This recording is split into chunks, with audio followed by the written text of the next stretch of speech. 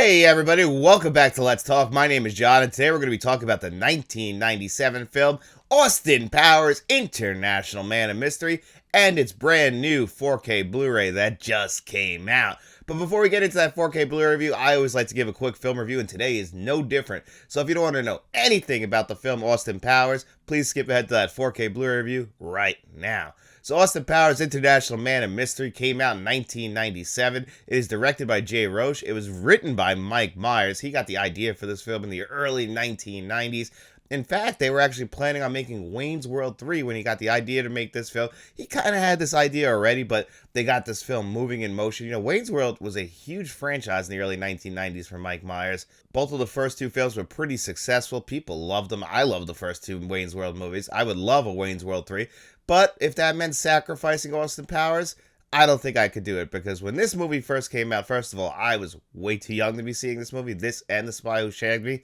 I was quoting this movie without really knowing what I was quoting, which definitely did get me in trouble. You know, I could watch all these R-rated movies, but I watched this one PG-13 movie as a kid, and I'm quoting the stuff that he's saying, and you don't realize, you really shouldn't be saying some of this stuff out loud. Ooh. Do I make you horny? Randy?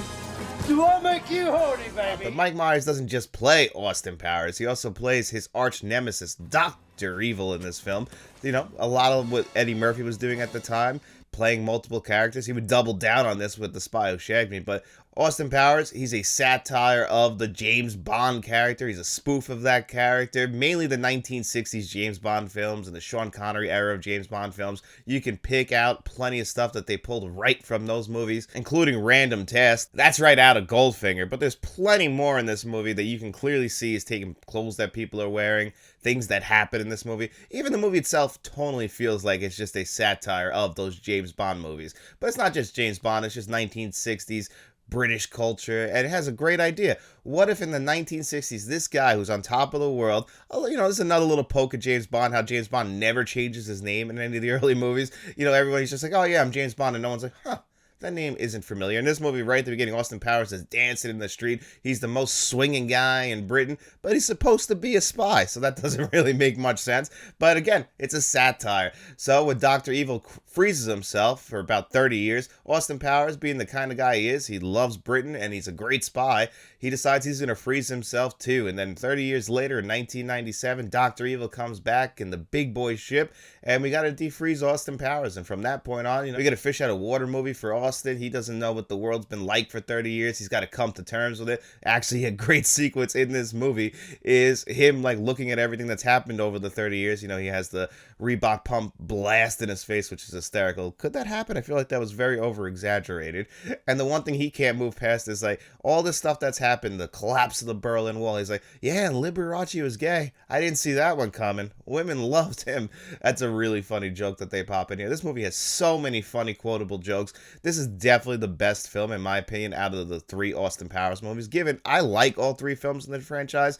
I mean, when Goldmember was coming out, and I think it was like 2002, I couldn't wait. Me and my friends had to go see that movie just because we were in love with the first two movies. And I was like old enough at that point to really fully understand and appreciate what the Austin Power movies were going for. But the first one, why is this one still the best? It's like the more simplified version of what they would end up trying to go for. Obviously, as comedies get more money, this movie was only made on a budget of $16 million, which might sound a little high. It only made $67 million at the box office.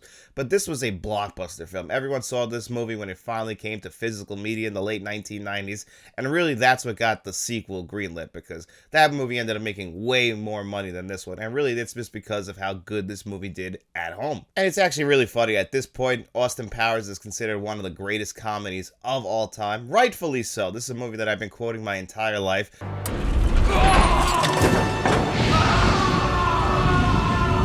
me! I'm still alive, only I'm very badly burned. Yes, he's down now. Is he dead?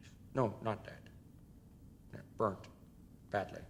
I mean, the funny scene for me in this movie is definitely when they're at the blackjack table and he's versing number two. Number two, you know, he's got the eye patch on, so he's not really blind. He's able to actually look at the card, see what's next, so he's able to nail it. He hits 21 blackjack. You know, the guy was trying to tell him, hey, you know, why don't you stop? And he's like, I like to live dangerously. Austin Powers has a 3 and a 2, so he has a 5. If you play blackjack, 5 is the worst thing you can probably get. I mean, you can have anything less than 5 would be worse, but, you know, you're going to hit on that because you're trying to get to 21. And you're not gonna bust it anyway. So it's like, hey, maybe you should hit. And he's like, no. I'll stay.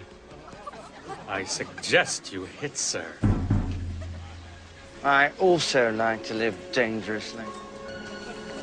20 beats your 5. Like, that's just one of the greatest moments in the film, and it's just ridiculous. The guy's not the brightest guy in the world, but you know what? He's able to always figure this out. The ladies love him, despite the fact the way he looks. You know, his teeth is a running joke throughout the entire movie.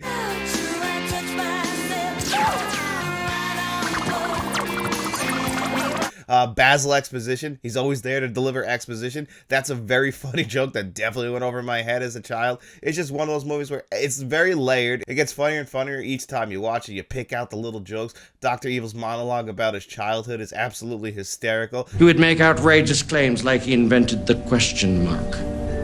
You know, that doesn't sound, you know, pretty standard stuff. That stuff is just ridiculously over the top. This is just one of those movies, if by chance you haven't seen Austin Powers, International Man of Mystery, and its sequels, I could definitely recommend all three. But we're here today to talk about not only this film, but its brand new 4K Blu-ray that just came out from Icon Film Distributors. So let's talk about that right now.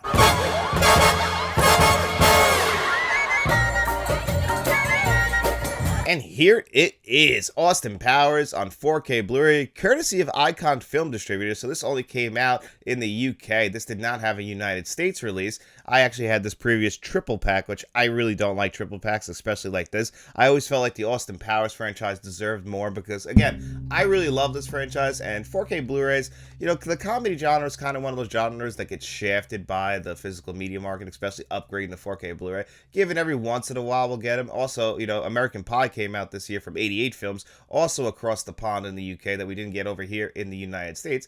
I was very curious about that because I always thought that this was a Warner Bros. Film because they own New Line Cinema, and I was very used to seeing the New Line Cinema logo in front of the movie every time I watched it. But internationally, this film wasn't distributed by New Line. It was distributed by Capella International, and that's actually the logo that pops up in front of this 4K Blu-ray and Blu-ray that's packed in here. And before we go any further, let's look at the packaging, because this was an issue for a lot of people. A lot of people didn't like this artwork. I really do. I've always been a big fan of bright colors, colors that pop, colors that stand out. So this was just right up my alley. I loved it. The only thing that looks a little bit weird are the lips. I'll admit that. They look like the Joker's lips on him. But still, I really do like this artwork. I can understand why people don't, but, you know, maybe maybe something a little bit plainer fits them. But for me, this works perfectly. I love it. You come underneath. There's a poster over here and some lobby cards. I'm not somebody who's really too interested in that stuff. I would rather it be a little bit cheaper and you take that stuff out. But they've been doing this a lot. And, you know, for people who love the lobby cards and love those pack-in posters, this one's definitely for you. You get individual artwork on the 4K Blu-ray and on the pack-in Blu-ray. Now, that is a region-free Blu-ray because I played it on 2 Blu-ray players, and they work perfectly. I also played it on the Series X, so it definitely works region-free. That's going to include all of your extras. And what's strange about that is if you're an extras junkie like me, the extras that are actually packed in here are a little bit different than the extras that are packed in here. So the extras that are on the previous Blu-ray here in the United States does include deleted scenes, some TV spots. And those deleted scenes also includes 2 alternate endings, and those alternate endings are pretty funny because it actually has Elizabeth Hurley and Austin Powers in a tube, big giant raft, very similar to the end of one of the James Bond movies. I can't remember which one. Maybe it was From Russia with Love. I know David, aka Shamrock Balls, will jump in here and he'll let me know which one of those James Bond films it is. But they were trying to pay homage to those endings, so they have 2 separate endings involving that raft. I'm actually glad they didn't choose those endings. And one thing that's funny about those alternate endings is, you know, you can only watch those on the US release because I believe that Icon Film Distributors, who did this 4K Blu-ray in the UK, also released the previously released Blu-ray over there, whereas in the United States we have these ones. So I'm guessing that's why the extras are a little bit different. And one thing that's a little bit strange is that this is the director's cut on this 4K Blu-ray and on that pack-in Blu-ray, which I have never seen before. I don't know if this is something that was only available in other countries. I've never seen it on DVD, never seen it on Blu-ray, never seen it on 4K Blu-ray, obviously.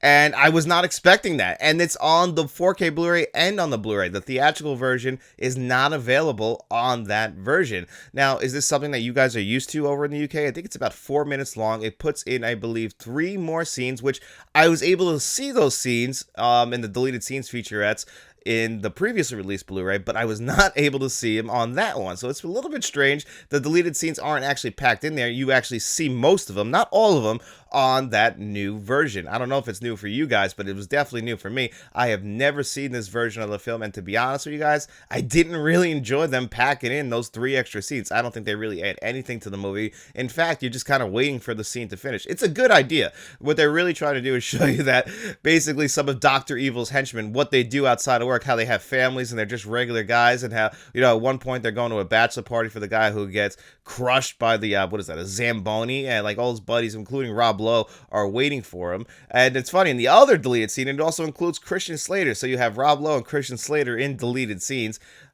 Yes, that's how it works. And the scenes don't entirely work for me on the film. I would have preferred them to be cut. I prefer the theatrical cut, at least the US theatrical cut. Maybe this is the international cut of the movie and they didn't have those scenes included. Again, I'm not entirely sure. That's kind of just one of those things where you have different distributors. Things might be a little bit different. And that's why when you get in there and you see like those little bit of different extras. Now, there is no like documentary or anything. There's just some B-roll footage. So either way, or the extras are very limited. You do get audio commentary tracks. They're pretty good as well if you're into audio commentary tracks. Really not my thing, but if you are into them, I'll only use them as like an assistance when I'm researching a movie, but I don't really sit there and watch the entire movie with a commentary track on, unless, you know, I kind of have to. I always prefer a making of documentary. We don't get that here. I really wish we would have, but we don't get that here. What we do get, though, is the same DTS HD Master Audio 5.1. I checked it out. This has been the same audio track that I could find for a very long time. It's fine. It's not a thing that's going to blow you away. There was a couple times where the bass kind of came in at one point, like when the plane is kind of coming over the airport. You'll feel that a little bit, but that was really it, and I would have liked a little bit more than that. This movie does feature some good action scenes. Nothing that's going to blow you away about this DTS HD Master Audio 5.1. I would have liked an upgraded audio track, but, you know, that's not really what they concentrated on. What they concentrated on are those visuals. And you don't get Dolby Vision, but you get HDR10. And this is a big upgrade, at least in my opinion, over both pack-in Blu-rays. The Blu-ray that I have in that triple pack and the Blu-ray that's packed in here. I'm pretty sure that's the last one that they put out themselves, because it's a very, very noticeable jump from that pack-in Blu-ray to the 4K Blu-ray, and even from the Blu-ray that I have to that 4K Blu-ray. It warms up the color tone. It's definitely a lot more yellower than I remember. The Blu-rays, both Blu-rays were a little bit cooler. I actually like those temperature changes. I think it really adds to the film. You know, you do still have some film grain. Everything looks more natural and realistic. That's what you're going to notice most, is that the skin looks more natural. The colors, yes, they do stand out more, but they don't pop off your screen to the point where it's like it stands out and it draws your eye in a negative way. No, everything looks very realistic, very natural. This movie does feature a lot of bright colors, especially that opening dance sequence, and all that stuff looks real, natural, and it looks fantastic. This is a huge upgrade visually. This is better than I could have imagined Austin Powers ever looking on 4K Blu-ray.